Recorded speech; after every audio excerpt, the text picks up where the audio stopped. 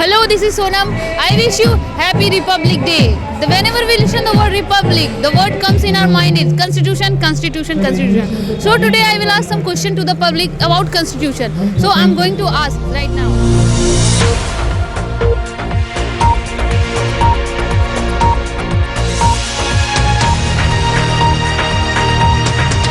Question ये था कि 26 नवंबर को कॉन्स्टिट्यूशन बन के रेडी हो गया. एवरीबडी नोज कि उस दिन बन गया 26 नवंबर को, बट 2 महीने का टाइम ड्यूरेशन लिया गया इसको इम्प्लीमेंट करने के लिए. क्या रीज़न था? Do you know the reason?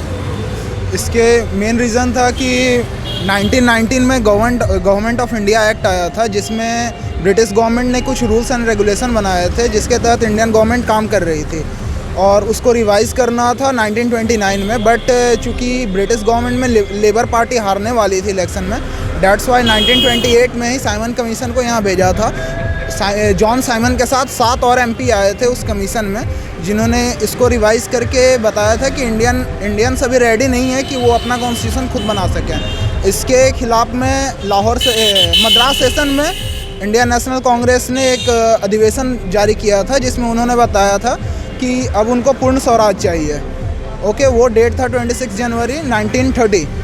तो उस डेट को याद रखने के लिए हम लोग 26 नवंबर 1949 को तो हमारा रेडी हो गया, बट उसको लागू किया गया था 26 जनवरी 1950 को, ताकि वो डेट जो है वो लोगों को ध्यान में रहे कि उस दिन हमको पूर्ण स्वराज मिला था. So I have a question for you कि 26 जनवरी को रिपब्लिक डे होता है, कॉन्स्टिट्यूशन के बारे में होता है, तो एज अ यूथ आप क्या सोचते हैं कैसे इसको मनाया जाए जो कि कॉन्स्टिट्यूशन लोग याद रखें, समझे, जाने?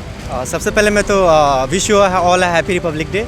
और बहुत अच्छी बात है कि रिपब्लिक डे को ही दिन हमारे कॉन्स्टिट्यूशन जो था इन्फोर्स्ड हुआ था, आपके पूरी तरह से लागू हुआ था आपका. तो मेरे अकॉर्डिंग है कि हम तो सेलिब्रेट करते ही हैं, आपके रिपब्लिक डे बहुत अच्छे से करते हैं और बहुत ही धूमधाम से करते हैं. तो देखिए, मेरे अकॉर्डिंग से क्या करना चाहिए कि हमारे यूथ को इंडिपेंडेंस और रिपब्लिक के बारे में भी ठीक से आइडिया नहीं रहता है, क्योंकि मैंने यूट्यूब पे भी बहुत वीडियो देखे हैं जिसमें आप लोग ही मीडिया पूछते हैं कि इंडिपेंडेंस और रिपब्लिक डे के दिन क्या सेलिब्रेट किया जाता है. तो उनका स्टेटमेंट बहुत कि मुझे आइडिया नहीं है, मुझे मतलब ही नहीं है. भाई, आपको मतलब क्यों नहीं है? आप इस कंट्री में रहते हो, आपको जानना चाहिए. तो मेरा रहेगा यही कि देखिएगा, हम मेरे चेंज होने से नहीं होगा, लेकिन हमारे जो गवर्नमेंट है अगर कुछ स्टेप्स लेते हैं इसके लिए तो बहुत अच्छा रहेगा.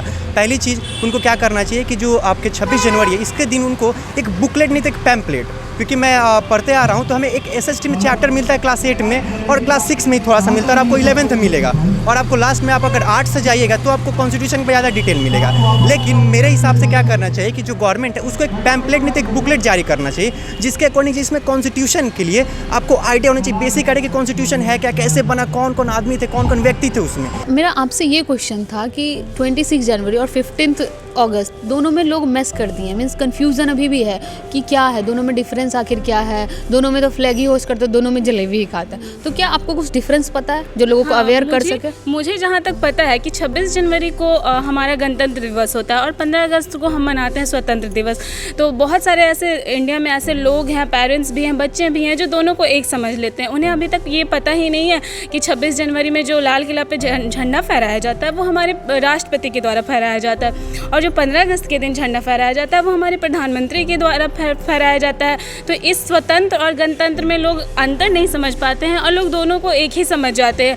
और 15 अगस्त को हमें आज़ादी मिली थी, लेकिन 26 जनवरी के दिन हमारा संविधान लागू हुआ था, जो संविधान हमारे देश को एक सूत्र में बांध के रखा हुआ. इसी की वजह से तो आज हम झंडा फहरा रहे हैं. 15 अगस्त को भी हम सब एक सम्मिलित होकर, एकजुट होकर झंडा फहराते हैं बिकॉज ऑफ कॉन्स्टिट्यूशन. आपसे एक क्वेश्चन था, क्वेश्चन ये है कि 26 जनवरी को कॉन्स्टिट्यूशन बना, तो जब कॉन्स्टिट्यूशन बना तो सिर्फ जैसे ही हम लोग सुनते हैं कॉन्स्टिट्यूशन, नाम क्या था, भीमराव अम्बेडकर, राजेंद्र प्रसाद, महात्मा गांधी एंड ऑल, हम लोग फीमेल का नाम क्यों नहीं लेते? बट जबकि कॉन्स्टिट्यूशन असेंबली में 15 फीमेल थी, हम लोग एक फीमेल का नाम नहीं लेते हैं. As a female I am asking, मुझे भी लगता है व्हाई फीमेल नॉट. अभी मीन्स उस समय से वुमेन एम्पावरमेंट नहीं था.